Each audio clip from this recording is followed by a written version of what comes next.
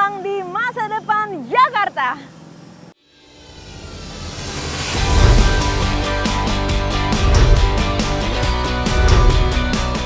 Arahan Pak PJ Gubernur menyampaikan bahwa setiap perangkat daerah itu harus punya mindset sebagai kota global, harus punya mindset bahwa program-program yang dilakukan oleh masing-masing perangkat daerah itu harus menuju kepada Jakarta sebagai kota global.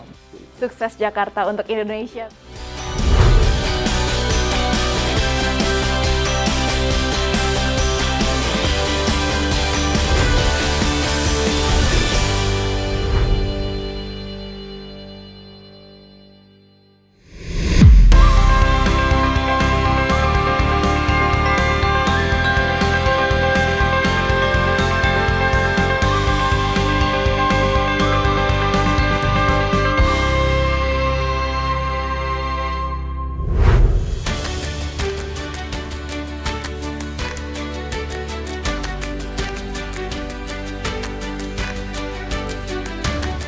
Sebagai salah satu kota di dunia yang menerapkan konsep Smart City, DKI Jakarta memiliki Jakarta Smart City.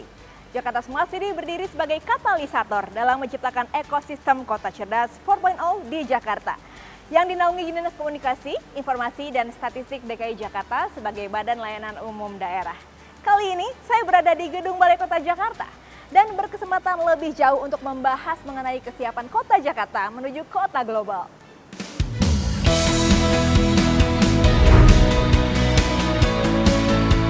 Jakarta terus berbenah mempersiapkan diri menjadi kota global. Kendati tidak lagi menyandang status ibu kota negara, nantinya Jakarta merupakan kota modern yang memenuhi syarat sebagai kota global. Indikator kelayakan sebuah kota disebut sebagai kota global berkaitan dengan business activity, human capital, information exchange, cultural experience, serta political engagement. Perubahan itu tentu bukan hanya perkara status yang melekat dengan standar dunia, tetapi juga disertai dengan pembenahan mendasar agar ruang kota ini bisa menghadirkan kenyamanan dan kesejahteraan bagi warganya.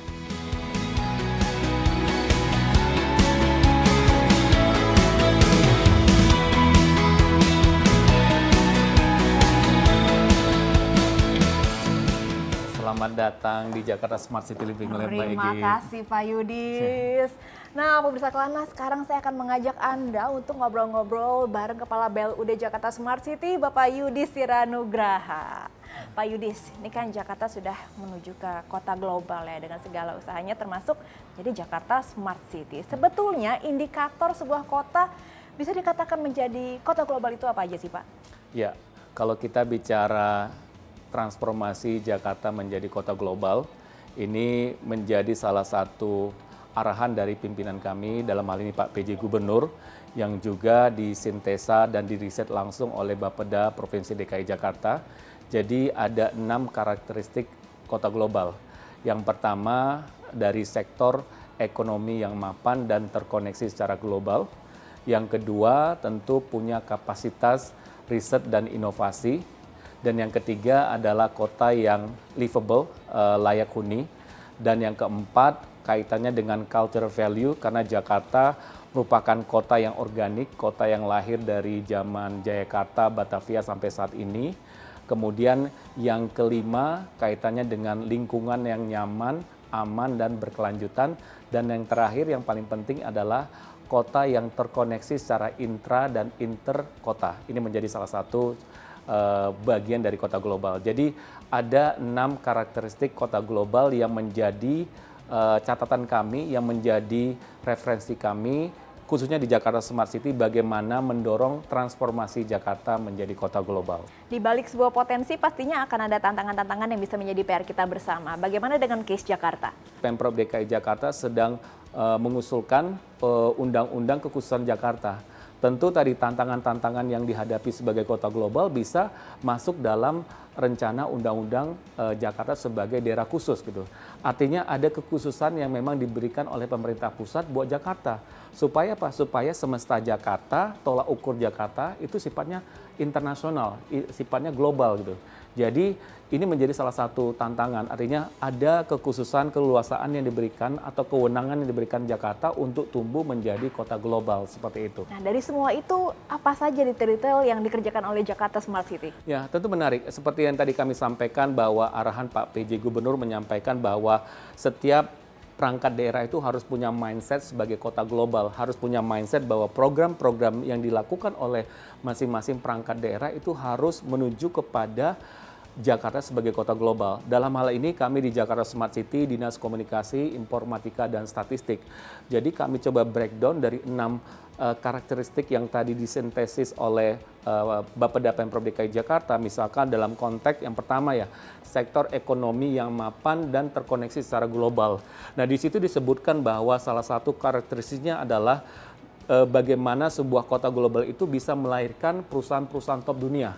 Dan angkanya cukup lumayan besar, yaitu bisa menghasilkan 500 perusahaan top dunia. Itu yang pertama. Yang kemudian adalah melahirkan tenaga-tenaga terampil di bidang jasa. Jadi kalau dua hal ini apa yang kami lakukan?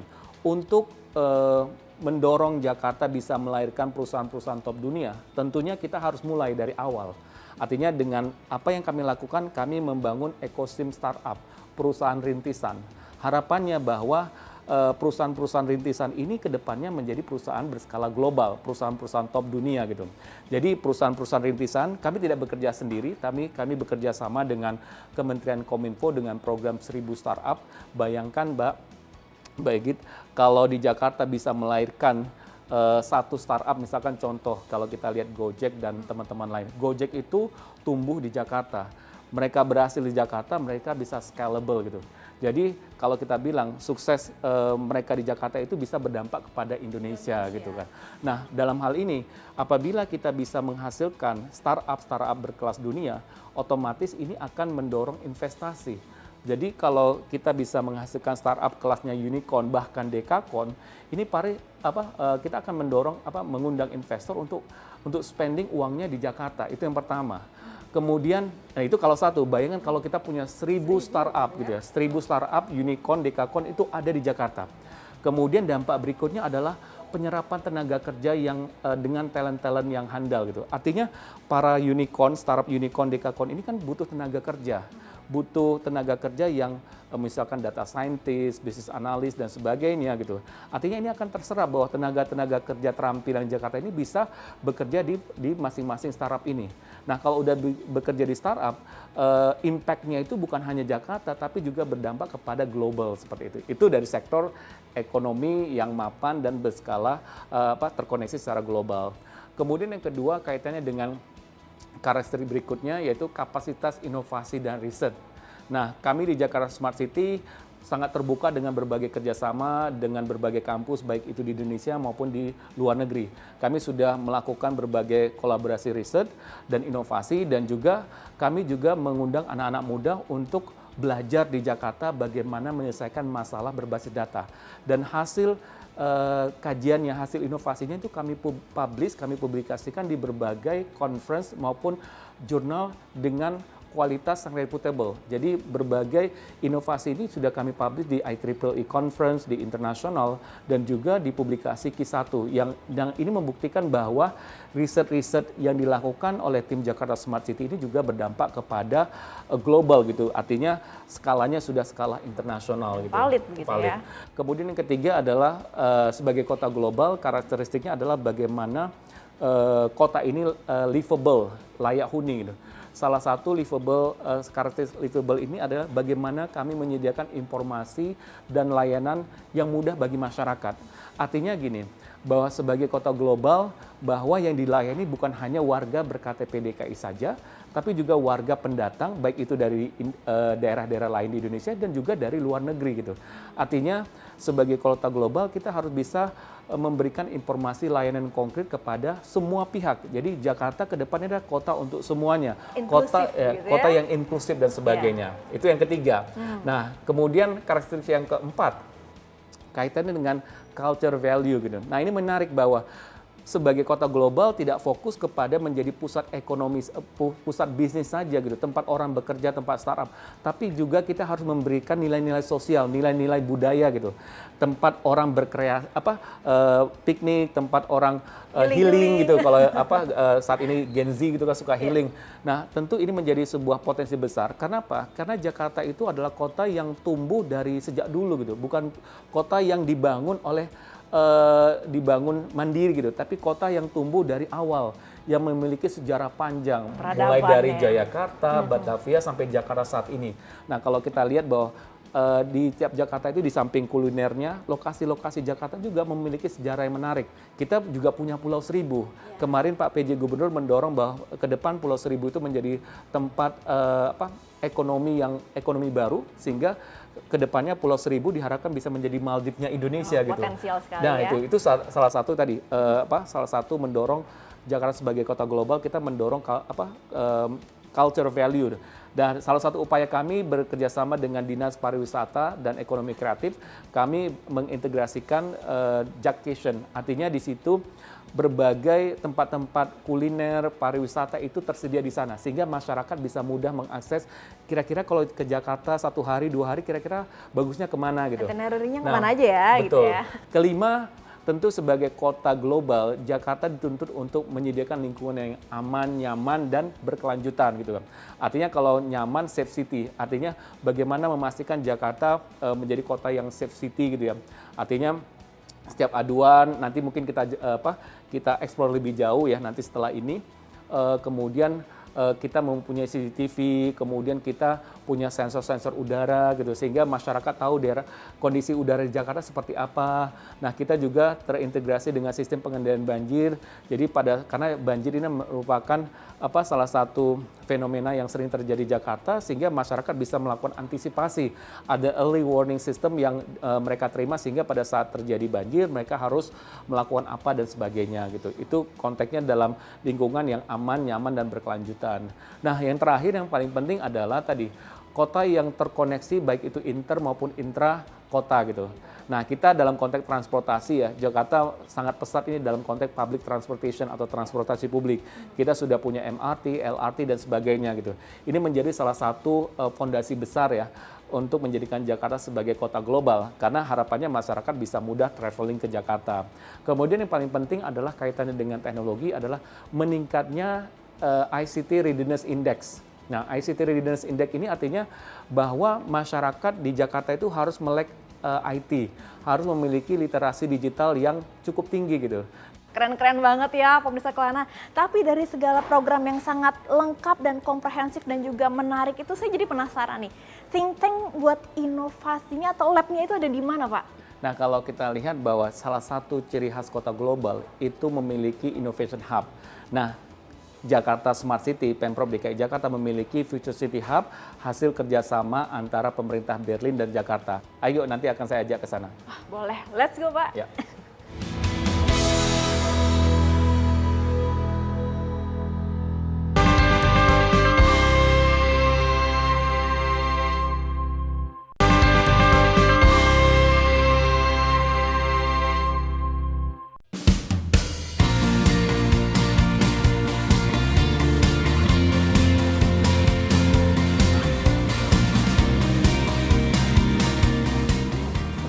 Selamat datang di Future City Hub by Git. Wow. Nah, ini bentuk kolaborasi Pemprov DKI Jakarta dengan pemerintah Berlin. Di sini salah satu tadi bahwa bagaimana mendorong transformasi Jakarta menjadi kota global. Jadi kalau kita lihat ciri khas kota global itu adalah memiliki Future City Hub, memiliki Innovation Hub gitu. Nah, Future City Hub ini memang kita bangun sebagai Innovation Hub, tempat mempertemukan problem owner, dalam hal ini pemerintah, dengan problem solver. Salah satunya startup untuk bisa menyelesaikan berbagai permasalahan yang ada di Jakarta dan juga memahami kebutuhan warga. Wah, keren banget ternyata Pak Future City Hub ini ya. Kalau ini logo-logo apa nih Pak Yudis? Ya, ini logo para mitra dan kolaborator Future City Hub, karena ini bentuk transformasi Jakarta menjadi kota global gitu ya. Karena untuk menjadi kota global tentu kita membangun ekosistem yang inklusif dan berkelanjutan. Nah, inklusif ini artinya kita mengajak peran serta para mitra kolaborator untuk bersama-sama menyelesaikan berbagai permasalahan yang ada di Jakarta dan memahami kebutuhan warga. Harapannya kita bisa memberikan pelayanan yang terbaik buat tidak hanya buat warga yang berKTP DKI, tapi juga warga yang tinggal menetap di DKI Jakarta. Nah, kita juga sister city tidak hanya dengan Berlin, kita juga bekerja sama dengan Bangkok. Jadi kita punya 3 negara sister city ini, bagaimana masalah-masalah yang ada di berbagai negara ini bisa divalidasi gitu. Kenapa? Karena memang inovasi-inovasi itu kan harus divalidasi supaya apa? Supaya mengecek apakah inovasi ini bermanfaat, inovasi ini benar-benar bisa diterima oleh masyarakat, inovasi ini bisa memberikan social impact kepada masyarakat atau tidak gitu. Karena contoh misalkan Jakarta ke depan sebagai kota global dan saat ini juga sudah jadi sebagai kota global, walaupun nanti tahun depan tidak menjadi ibu kota negara, Jakarta ini akan tetap menarik bagi para investor, bagi para inovator. Kenapa? Karena Jakarta ini menjadi sebuah landing pad-nya mereka gitu. Jadi inovasi-inovasi yang ada ini harus diuji cobakan dulu di Jakarta gitu. Sesuai dengan tagline-nya Pak PJ Gubernur, kesuksesan yang ada di Jakarta ini akan juga berdampak pada Indonesia, seperti itu. Sukses Jakarta untuk Indonesia, begitu ya Pak ya. Itu. Wah, ini kan keren banget Future City Hub ini. Tapi saya penasaran di sebelah sana, boleh nggak kita lihat-lihat sekarang Pak? Oke, silakan.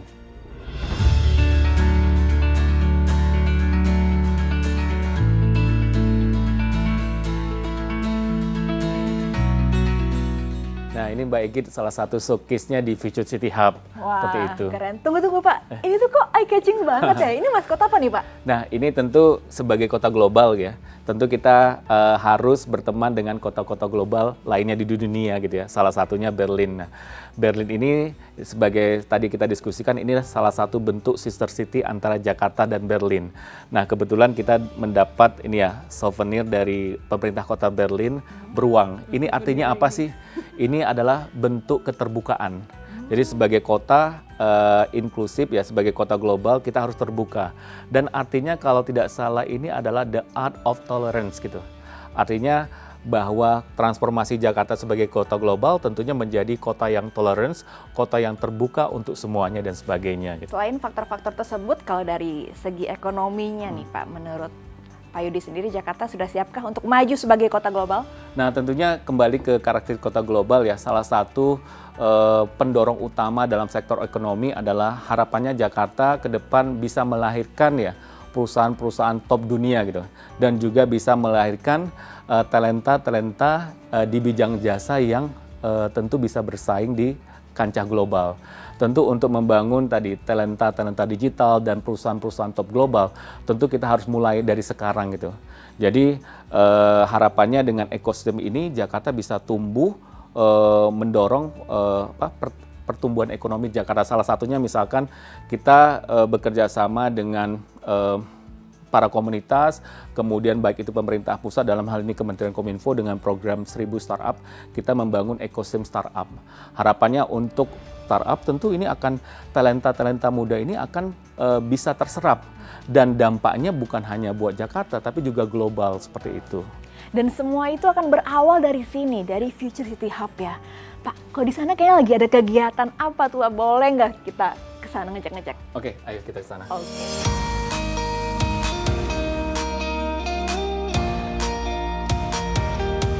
Bangun ekosistem startup itu ada 2 approach. Yang pertama itu private driven, didorong oleh swasta dan stakeholder. Yang kedua government driven. Baik, ini salah satu acara Future City Hub yaitu JSC Lab Sharing. Kebetulan kita kehadiran salah satu narasumber dari Kementerian Kominfo, Pak Sony. Beliau adalah ketua tim program 1000 Startup. Wow. Jadi hari ini kita ada sesi JSC Lab dengan menghadirkan para inovator startup, bagaimana mengembangkan ekosistem startup di Jakarta, khususnya tadi mendukung Jakarta, transformasi Jakarta sebagai kota global, seperti itu. Tapi kalau menurut Pak Sony sendiri, proyek dan inisiatif yang dilakukan ini sudah cukup mumpuni untuk menjadi akan Jakarta sebagai kota global begitu, proyek dan inisiatifnya? Ya, kita ada beberapa inisiatif bersama Jakarta Smart City, salah satunya program 1000 Startup. Semangatnya sih create jobs karena Indonesia di dalam bonus demografi. Kita harus prepare, bisa jadi berkah atau jadi bencana kalau nggak disiapin kan. Bayangin semangatnya, kita bareng-bareng semangatnya satu perusahaan startup seperti Gojek create lebih dari 3 juta pekerjaan buat driver dan UMKM. Itu baru satu. Bagaimana kalau kita bisa create 1.000 gitu ya? 1.000 startup, itu semangatnya. Dan kita ngelihat Jakarta adalah miniatur dari Indonesia, di mana ini jadi tempat untuk startup-startup bisa memvalidasi idenya untuk akhirnya bisa scale seluruh Indonesia. Suatu kota global bersifat unggul, kompetitif, dan menonjol di bidang ekonomi berskala dunia. Beberapa contoh kota global yang berpengaruh di dunia adalah New York di Amerika Serikat, London di Inggris, dan Tokyo di Jepang. Keadaan suatu kota global mendorong perkembangan smart city. Di Jakarta, pengembangan smart city sudah dimulai oleh Jakarta Smart City untuk mencapai ke tingkat global, sehingga setara kedudukannya dengan kota-kota global lain di dunia. Mas Sony, lantas ke depannya apa sih yang perlu dilakukan Jakarta supaya tetap menjadi kota yang menarik sebagai landing pad global itu? Yang pertama, menurutku Jakarta harus ramah terhadap eksperimental. Jadi kalau kita ngelihat inovasi itu cenderung untuk melanggar peraturan. Jadi perlu dibutuhkan kayak sandbox di mana teman-teman startup dan perusahaan teknologi ini bisa bereksperimen apapun itu, tapi dalam kerangka dilindungi oleh regulasi sebelum mereka deploy ke ini. Yang kedua adalah how to make Jakarta livable city. Karena kita mau attract global talent kan ya. Jadi kita ngelihat infrastrukturnya mungkin sekarang udah kita sangat ngejar ya dengan Singapura ya. Tapi dengan biaya hidup yang lebih murah. Wah, ini menarik banget tentunya ya. Jadi kayak ke Singapura dan ke regional mungkin cuma sejam 2 jam penerbangan, tapi kita bisa tinggal di Jakarta dengan konsep kota yang livable, khususnya ketika udah kayak pemerintahan berpindah mungkin dan program-program penghijauan di Jakarta semakin banyak taman, semakin akses kepada transportasi umum semakin bagus dan juga penggunaan mobil-mobil yang ramah lingkungan. Itu kita berharap Jakarta bisa menjadi livable city dengan standar global dan juga bisa bersaing dengan kota-kota besar lainnya di seluruh dunia. Karena tadi Pak Sony sempat mention sandbox, keinget drakor ya, drama Korea ini nanti akan seperti itu ya, secanggih itu kota Jakarta ya. Harapannya seperti itu. Wah, terima kasih banyak Pak Sony untuk cicat dan insight-nya. Sukses ya untuk program-program dan proyek ke depannya. Melansir Global City Index, Jakarta tercatat menduduki peringkat ke-74 dari 156 kota dunia. Urutan itu jauh lebih baik dibandingkan Global Power City Index yang menempatkan Jakarta urutan ke-45 dari 48 kota di dunia. Menyikapi itu, pembenahan perlu dilakukan. Dengan APBD lebih dari 70 triliun rupiah per tahunnya, Jakarta harus mandiri dan bersiap menjadi kota global di Asia bahkan dunia.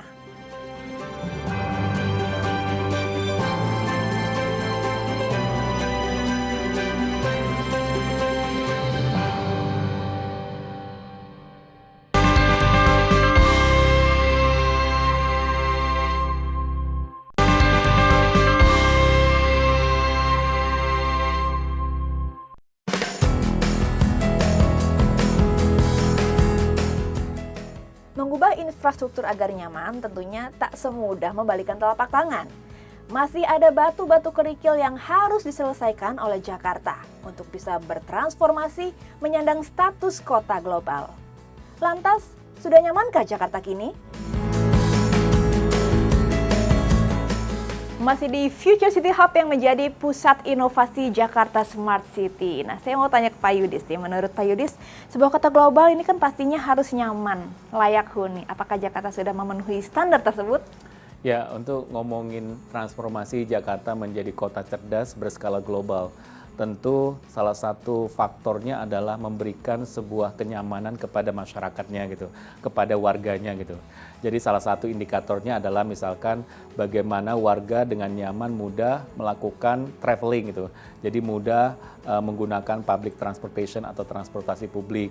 Kemudian Faktor berikutnya adalah masyarakat mendapatkan informasi layanan dengan mudah gitu. Misalkan informasi kesehatan, informasi layanan kerja, dan informasi publik lainnya. Dan yang paling penting adalah sebagai kota cerdas berskala global, tentunya di sini ada ruang interaksi antara masyarakat dengan pemerintah gitu. Artinya bagaimana Jakarta sebagai kota global, tentunya bagaimana membangun public trust kepada masyarakat. Misalkan masyarakat punya masalah, punya aduan dan segala macam gitu ya. Bagaimana masyarakat dengan mudah menyampaikan aduannya kepada pemerintah dan mereka bisa monitoring bagaimana tindak lanjut laporan yang mereka sampaikan kepada pemerintah. Jadi kurang lebih seperti itu, Mbak. Oke, nah kalau yang di belakang ini contoh penerapan teknologinya ya Pak? Ya, ini salah satu bentuk tadi. Salah satu bentuk bagaimana melakukan transformasi Jakarta sebagai kota cerdas berskala global, yaitu membangun public trust. Nah, ini salah satu tadi membangun public trust artinya ini merupakan bentuk platform komunikasi antara pemerintah dan masyarakat. Jadi masyarakat bisa menyampaikan berbagai bentuk pengaduan publik kepada pemerintah. Nanti pemerintah sesuai dengan KPI-nya, sesuai dengan respon time-nya harus menindaklanjuti dengan baik gitu. Jadi di sini bentuk kolaborasi antara masyarakat dengan pemerintah dan pemerintah juga menyampaikan secara detail bagaimana tindak lanjutnya gitu. Sehingga ini berbentuk bagian dari akuntabilitas transparansi. Artinya pengaduan yang disampaikan oleh masyarakat atau warga yang tinggal di Jakarta itu benar-benar ditindaklanjuti oleh pemerintah seperti itu. Nantinya akan menjadi ekosistem kota cerdas 4.0 gitu ya. Tadi bahwa ini bagian bentuk bagaimana Jakarta terbuka untuk siapa saja gitu. Artinya aduan-aduan itu tidak hanya sebatas dari warga ber-KTP DKI Jakarta ya, tapi juga terbuka bagi warga yang tinggal menetap di Jakarta. Ini salah satu bentuk bahwa Jakarta untuk semua seperti itu. Ya, nanti detailnya kita akan lihat di Common Center-nya Jakarta Smart City. Nanti setelah ini kita coba akan lihat berbagai fasilitas yang ada di Future City Hub. Bagaimana Future City Hub ini benar-benar membangun sebuah ekosistem yang fokusnya kepada masyarakat ya. Jadi kita punya konsep artinya people first gitu. Artinya kita fokus kepada user centric atau citizen centric. Jadi bagaimana inovasi itu fokus kepada kebutuhan masyarakat dan sebagainya seperti itu. Ayo Mbak kita lihat di sana. Boleh. Seperti diketahui, Jakarta merupakan ibu kota negara sekaligus pusat pemerintahan dan bisnis. Membuat Jakarta menjadi yang padat dengan tingkat kemacetan dan polusi yang tinggi. Ini menjadi tantangan, bagaimana menjadi kota global harus nyaman, memiliki banyak green area, serta ramah pejalan kaki. Selain itu, status Jakarta sebagai pusat ekonomi bisnis tentu mengharuskan memiliki infrastruktur yang kuat dan memadai.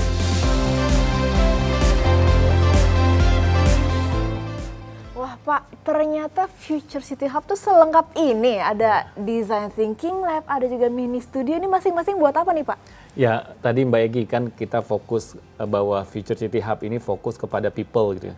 Artinya Design Thinking Lab ini adalah sebagai ruang uji coba inovasi gitu. Artinya sebelum kita membuat sebuah inovasi, inovasi itu harus datang dari permasalahan yang ada di masyarakat. Jadi kita punya 3 step ini.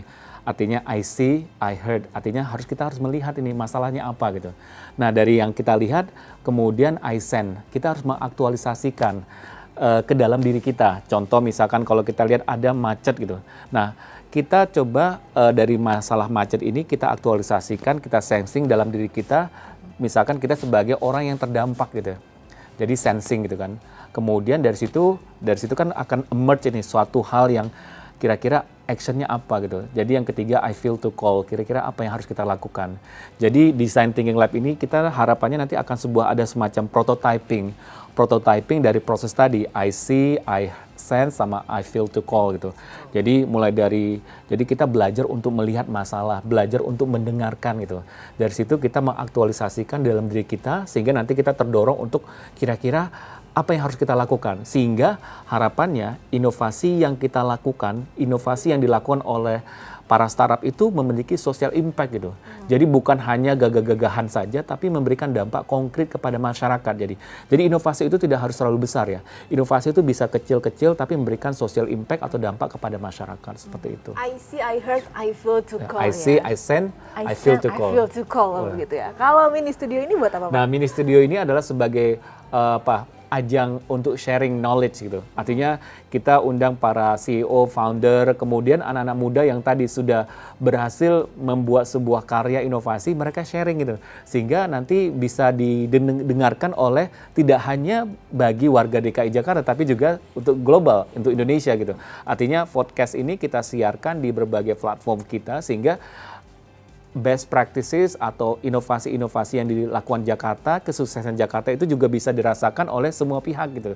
Jadi mulai dari anak-anak muda di luar Jawa dan segala macam, sehingga informasi keberhasilan kita, kemudian best practices yang kita lakukan, praktek-praktek terbaik dan seterusnya, ini juga bisa didengarkan oleh anak-anak muda lain di Indonesia seperti itu.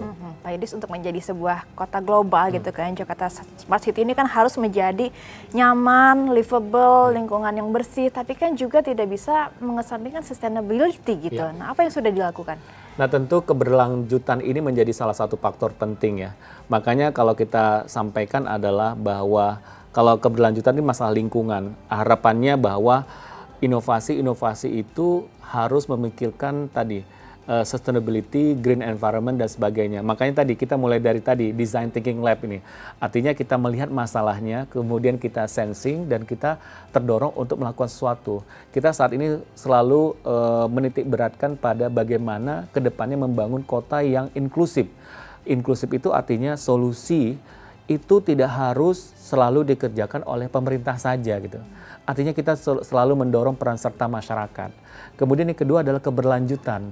Kita melihat cucu-cucu kita atau anak-anak muda ke depan gitu, bisa cucu-cucu kita ya, anak-anak muda ke depan atau generasi penerus bangsa. Bagaimana Jakarta ke depan ini bisa sustain, bisa tetap ada Jakarta, karena banyak kemarin ada berbagai statement dari para pembesar dari negara lain ya, Joe Biden contohnya menyampaikan bahwa Jakarta ke depan akan banjir, akan tenggelam. Ini menjadi sebuah tantangan, artinya bahwa bagaimana kita memastikan bahwa untuk menjadi kota global kita harus bisa mengadres masalah-masalah ini gitu.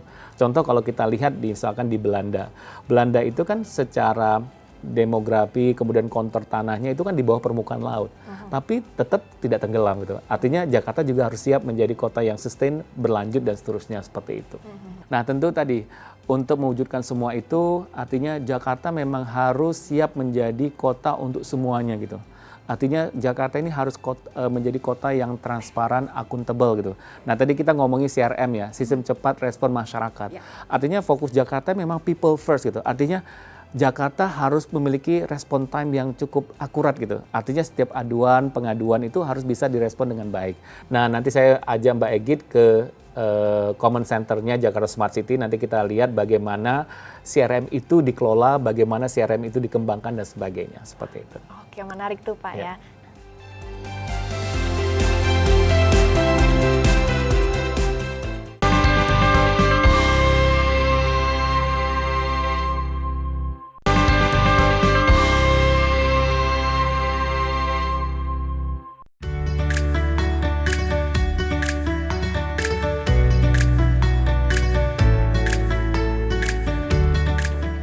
Nah, di sini saya ingin memperlihatkan secara lebih dekat bagaimana Jakarta Smart City menerapkan teknologi dan sains dalam hal transforming kota Jakarta sebagai kota global, khususnya mengolah ekspektasi masyarakat. Nah, di sini kita menerapkan konsep itu. Nah, ini bisa dilihat Mbak bagaimana konsep sains dan teknologi mentransforming Jakarta sebagai kota global dengan konsep sensing, understanding, dan acting. Jadi semua laporan masyarakat ini dikontrol dan monitornya di sini? Salah satunya di sini kita kontrol. Jadi ada laporan yang berbasis geotagging, itu udah secara sistematis, itu udah langsung masuk ke sistem. Ada yang nanti laporan berbasis non-geotagging, seperti itu. Non-geotagging nanti teman-teman di sini, ini nanti akan mengolah, mendispatch kepada perangkat daerah terkait. Nah kebetulan kita ada sesi pelatihan, pembekalan dari Prof. Yudo, dari Universitas Indonesia memberikan pembekalan kepada tim, karena tim ini kan harus tetap diberikan pembekalan supaya mereka bisa memaksimalkan sumber dayanya secara maksimal dalam hal penanganan aduan. Nah di sini ini tadi Prof. Yudo dari UI, silakan Prof. Halo Prof, apa kabar? Nah Prof Yudo ini tadi ngejelasin apa nih kepada petugas yang di bawah? Ya, kita ada fitur yang namanya CRM, cepat respons masyarakat. Itu adalah bagaimana Pemprov DKI Jakarta bisa memberikan pelayanan kepada masyarakat, bisa berinteraksi dengan masyarakat, di mana masyarakat bisa memberikan partisipasinya terhadap pembangunan dan termasuk apapun kondisinya di Kota Jakarta kepada kami, dan kami harus bisa memahami dengan cepat dan meresponnya dengan cepat. Nah, untuk CRM ini, untuk mekanisme pelaporannya bagaimana Pak? Nah, kalau kita ngomongin CRM atau sistem cepat respon masyarakat atau yang dikenal juga sebagai Citizen Relation Management, ini menjadi ruang interaksi antara masyarakat dengan pemerintah.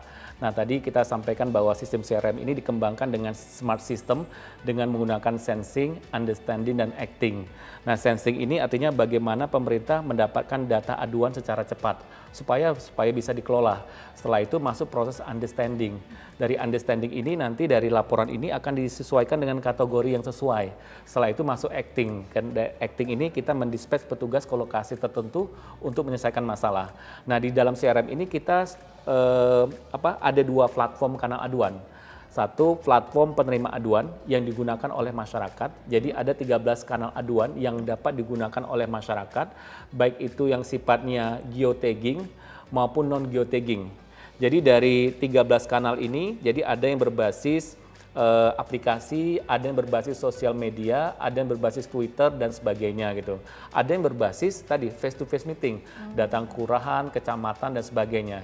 Jadi 13 kanal ini merepresentasikan bagaimana Jakarta hadir sebagai kota yang terbuka untuk semuanya, kota yang inklusif. Nah, kedua tadi platform penerima aduan. Di platform penerima aduan ini petugas menerima aduan dari masyarakat, kemudian mentindaklanjuti sesuai dengan aduannya gitu. Jadi CRM ini adalah bagian skema bagaimana antara perangkat daerah itu saling bekerja sama gitu. Nah, kemudian di dalam sistem CRM ini adalah bagian dari proses dispatching petugas untuk menindaklanjuti laporan. Oke, nah Pak Yudo, ini kan bisa dibilang sistem yang sangat canggih, sophisticated. Tapi untuk infrastruktur telekomunikasi di Jakarta sendiri nih, menurut Pak Yudo sudah siap belum sih? Ya, jadi kalau kita lihat dari teknologi informasi itu sumber dayanya ada 4. 1 infrastruktur, 2 aplikasi, 3 data, dan yang keempat orang. Dari sisi infrastruktur, melanjutkan yang tadi disampaikan oleh Pak Yudis, tentu saja kesiapan infrastruktur ke channel-channel yang ada, baik itu yang tadi sifatnya channel fisik ke kelurahan, ataupun channel lewat media sosial harus kita siapkan. Nah, lalu kemudian dari 13 channel yang ada itu kan bermuaranya di sini. Jadi tentu saja lapisan berikutnya adalah lapisan aplikasi.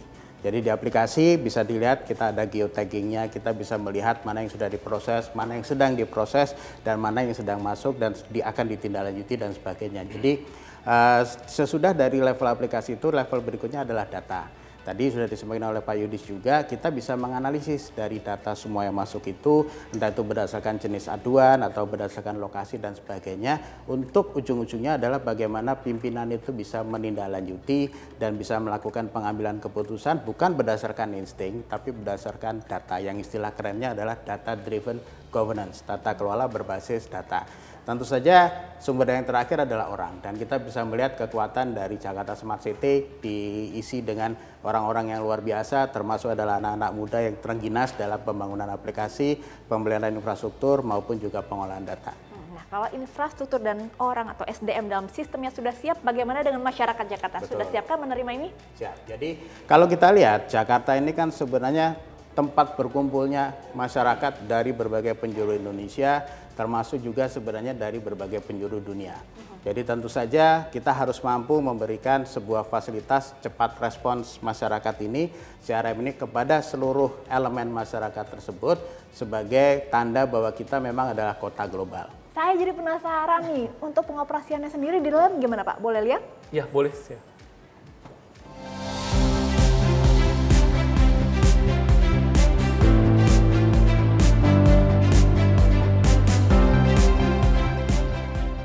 Nah, ini Mbak Egy, di sini ruangan di mana tim Jakarta Smart City mengelola berbagai bentuk pengaduan publik dari warga DKI Jakarta.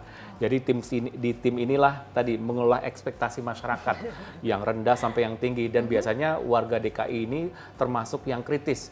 Jadi ekspektasinya juga tinggi gitu. Apalagi kalau kita menjadi kota global, ekspektasinya akan makin tinggi. Nah, responnya juga harus semakin cepat ya. Responsif dan akurat gitu kan. Jadi tidak boleh asal-asal tindak lanjut gitu. Nah, kita juga menyediakan berbagai informasi. Kalau kita lihat di sini kita juga bisa memetakan pengaduan publik itu berbasis kelurahan. Jadi kita kita bisa kira-kira di kelurahan mana yang paling banyak dan seterusnya dan seterusnya. Gitu. Kita juga menyediakan data dalam bentuk data harian. Jadi data bentuk data harian dan ini diupdate per 15 menit. Jadi kita bisa melihat nih kira-kira kanal mana yang paling banyak digunakan, kemudian jumlah laporannya berapa banyak, jumlah pelapor berapa banyak. Nah, kalau kita lihat di sini dari 13 kanal yang paling banyak digunakan oleh masyarakat itu adalah Jaki gitu. Ya? Nah, kebetulan memang mayoritas pengguna Jaki ini kan Gen Z ya, milenial, melek teknologi. Rata-rata banyak menggunakan Jaki karena mudah, hanya butuh waktu 2-3 menit saja untuk menyampaikan aduan masyarakat gitu. Nah, kalau kita juga bisa melihat kategori apa sih yang sering dilaporkan. Ini mulai dari jalan, pohon, gangguan, jaringan listrik, parkiran dan sebagainya. Buat yang mungkin belum sempat mengunduh aplikasi bisa juga by phone atau SMS ya Pak? Bisa, jadi nanti misalkan pakai Twitter, email, kemudian lapor, SMS dan seterusnya gitu. Ada yang langsung ke balai kota, misalkan Mbak Egi kalau pagi-pagi bisa melihat nih di balai kota dari jam 8 sampai jam 10 gitu, misalkan kita ada tim-tim yang menerima aduan di balai kota. Begitu juga nanti di tingkat kelurahan, kecamatan dan seterusnya. Nah, ini kan dari sisi masyarakat. Nah, saya ingin memperlihatkan back end-nya gitu. Bagaimana tim-tim Jakarta Smart City mengolah aduan masyarakat. Nah, mungkin bisa diperlihatkan dari back end-nya. Jadi kita bisa melihat ini laporan dari warga. Nah, ini bagian ini adalah laporan warga. Ini laporan warga terkait dengan sampah. Ini kan sampah di lokasi tertentu. Ini ada, coba lihat deskripsinya, coba bagian kiri dilihatkan. Nah, di sini deskripsi sampah berserakan di sekitar Dam Polorio Marunda gitu. Kategori sampah tolong tidak lanjuti, lokasinya disebutkan dan seterusnya. Ini prosesnya mulai dari tadi, mulai dari proses menunggu ke bawah. Nah, ini sih kan berarti menunggu. Ini laporannya disampaikan melalui kanal apa? Coba lihat ke bawah, paling bawah. Nah, ini dilihat JK, berarti dilapor menggunakan kanal Jaki ya? JK, 23 dan segala macam, dan sifatnya anonim. Jadi sistem ini tidak memerlukan data pribadi seseorang gitu. Karena ini dia pakainya aplikasi Jaki, basisnya geotagging, laporan ini langsung masuk ke Kelurahan Marunda. Nah, ini kan lokasinya Marunda, ini langsung masuk ke Kelurahan Marunda. Sama Kelurahan Marunda, karena ini laporannya sampah, ini langsung dikoordinasikan dan tidak lanjutin gitu loh. Jadi ini di sini ada EWS, estimasi waktu selesai. Kenapa? Karena mungkin tadi sampahnya kompleks, banyak, dia perlu estimasi waktu selesai. Karena masalah sampah ini kan ada timeline-nya, respon time-nya itu maksimal 2 hari. Karena ini masalah sampahnya sepanjang jalan, ini dia perlu waktu yang lebih banyak. Jadi dia memberikan estimasi waktu selesai, tapi kita lihat progresnya terus lanjut. Ini segera ditindaklanjuti. Ini ini langsung ditindaklanjuti oleh Kelurahan Marunda karena kategori sampah. Nanti kategori yang berbeda, nanti dia bisa mengkoordinasikan dengan SKPD terkait atau perangkat daerah terkait. Nah, ini salah satu bentuk tindak lanjutnya, sampah di saluran got. Ini tim-tim dari tim Oranye itu langsung turun ke lapangan untuk memberikan sampah dan seterusnya. Kemudian lanjut. Nah, di sini salah satu upaya kita adalah memastikan kualitas tindak lanjut. Jadi tidak hanya tindak lanjut yang dilakukan oleh perangkat daerah, tapi tindak lanjut yang dilakukan oleh perangkat daerah itu nanti dievaluasi lagi, direview oleh tim biro pemerintahan untuk melihat apakah tindak lanjut yang dilakukan oleh perangkat daerah ini memenuhi kriteria ketuntasan. Coba ke atas, coba lihat ke atas. Nah, ini sampai menunggu validasi. Jadi validasi oleh Biro Tapem. Nanti dari Biro Tapem apabila sudah memenuhi kriteria ketuntasan sama mereka akan dibuatkan tombol selesai hijau. Jadi ini laporan telah ditindaklanjuti dan telah dilakukan validasi oleh Biro Pemerintahan. Jadi seperti itu prosesnya, jadi tuntas. Nah, setiap eskalasi ini Mbak, dari proses menunggu sampai selesai, jadi warga itu dapat notifikasi. Selamat Mbak Egi, laporan Anda sudah ditindaklanjuti. Jadi proses eskalasi dari menunggu, tindak lanjut dan sampai selesai itu akan dapat notif. Notif, jadi laporan Anda sudah ditindaklanjuti, laporan Anda selesai. Nanti di situ terakhir Anda juga, masyarakat juga diberikan kesempatan untuk memberikan apresiasi. Oke, dari kurang lebih 200 laporan yang masuk setiap harinya, itu kira-kira berapa persen yang bisa diselesaikan secara tuntas sampai ada green light seperti ini? Nah, kalau kita lihat kan di sini, dari jumlah laporan dari sebelumnya, itu coba masuk ke yang data harian. Nah, kita bisa melihat di sini. Di sini kita bisa melihat, ini kan data jumlah laporan sampai jumlah pelapor. Ini dari sejak sistem CRM ini dikembangkan, diperbarui per tahun 2021. Jadi kita sudah menerima sekitar jumlah laporan 370.000 sama jumlah pelapor 73.000 gitu. Rata-rata waktu penyelesaian itu 7 hari. Gitu. rata-rata waktu penyelesaian rata-rata waktu penyelesaian laporan 128 jam, jumlah laporan selesai dan segala macam, presentasi ke bawah, ini presentasinya ini rata-rata ini yang bagian hijau ini 98,3%. Jadi kurang lebih kalau dihitung per hari juga kurang lebih di atas 90%. Luar biasa tinggi sekali ya Pak ya. Nah Pak Yudo, sebagai kota global gitu Jakarta pasti permasalahannya akan terus dinamis, berubah-ubah. Nah bagaimana langkah-langkah yang harus dilakukan oleh Pemprov Jakarta, utamanya Jakarta Smart City ini supaya tetap relevan atau update dengan permasalahan kota global? Ya. Sebagai pengelola kota yang sifatnya kota global, metropolitan sebesar Jakarta ini, maka tentu saja kita harus bisa membuat masyarakatnya itu tidak hanya melihat Jakarta ini layak untuk dihuni, tapi kita juga harus bisa membangun kecintaan mereka kepada kota Jakarta dan juga bisa membahagiakan mereka. Salah satu indikator dalam Smart City itu adalah bagaimana mereka bisa berpartisipasi. Kalau mereka sudah berpartisipasi seperti bisa dilihat di sini, kita melihat bahwa itu tanda kecintaan mereka kepada kota Jakarta. Jadi divalidasi dan dituntaskan ya Pak Yudo ya masalahnya. Baik, terima kasih Pak Yudo insight-nya. Terima kasih juga Pak Yudi. Saya masih terkesima dengan semua ini. Terima kasih Prof. Yudo. Terima kasih Pak Yudi, sama-sama. Berbagai pengembangan terus dilakukan untuk meningkatkan kualitas pelayanan dan penyelesaian aduan laporan masyarakat. Penerapan indikator kota global melalui inisiatif Smart City di Jakarta bukan hanya merupakan langkah menuju modernisasi, tetapi juga upaya untuk menciptakan kota yang lebih berkelanjutan, efisien, dan berdaya saing di tingkat global.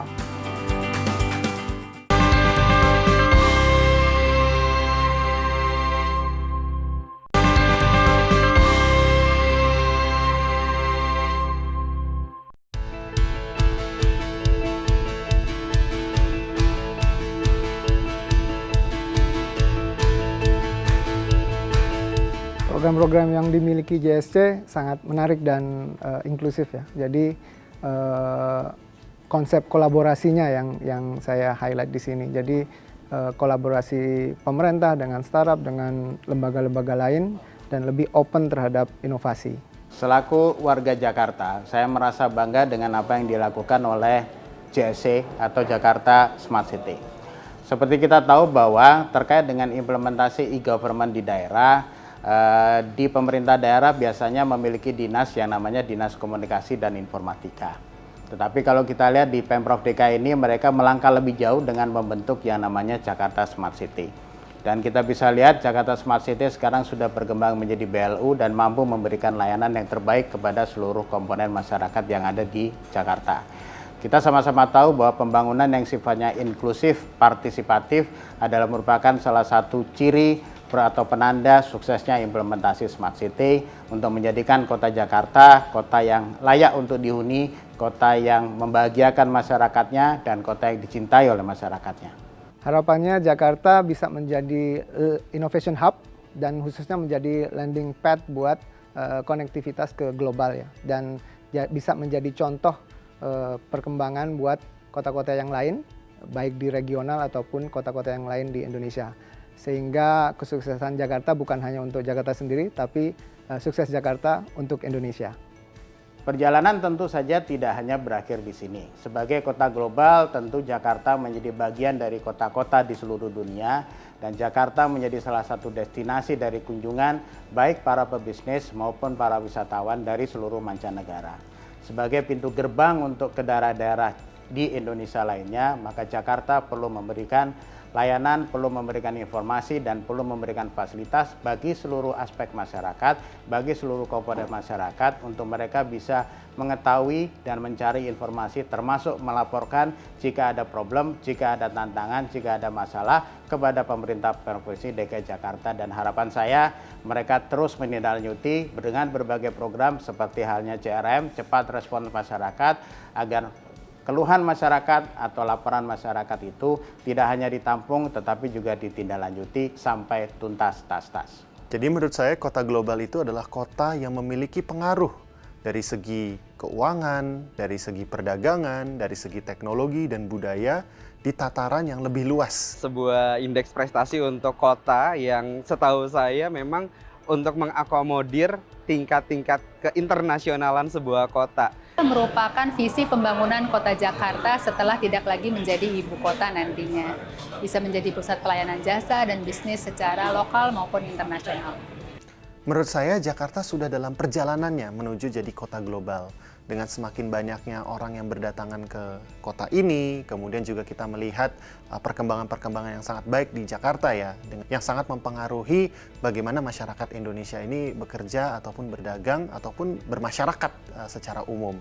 Jadi Jakarta sudah memiliki semua elemen untuk menjadi kota global. Hanya tinggal bagaimana Jakarta bisa menaikkan pengaruhnya tidak hanya di level lokal Indonesia, tetapi juga di regional maupun di dunia. Menurut saya Jakarta sudah siap untuk menjadi kota global karena sudah semakin banyak orang-orang kreatif yang memang sudah mendunia atau mengglobal dari Jakarta sendiri. Jakarta telah menjalankan langkah awalnya untuk menjadi kota global. Indikator yang ditentukan salah satunya berupa konektivitas dan aksesibilitas, dan itu sudah dijalankan oleh kota Jakarta.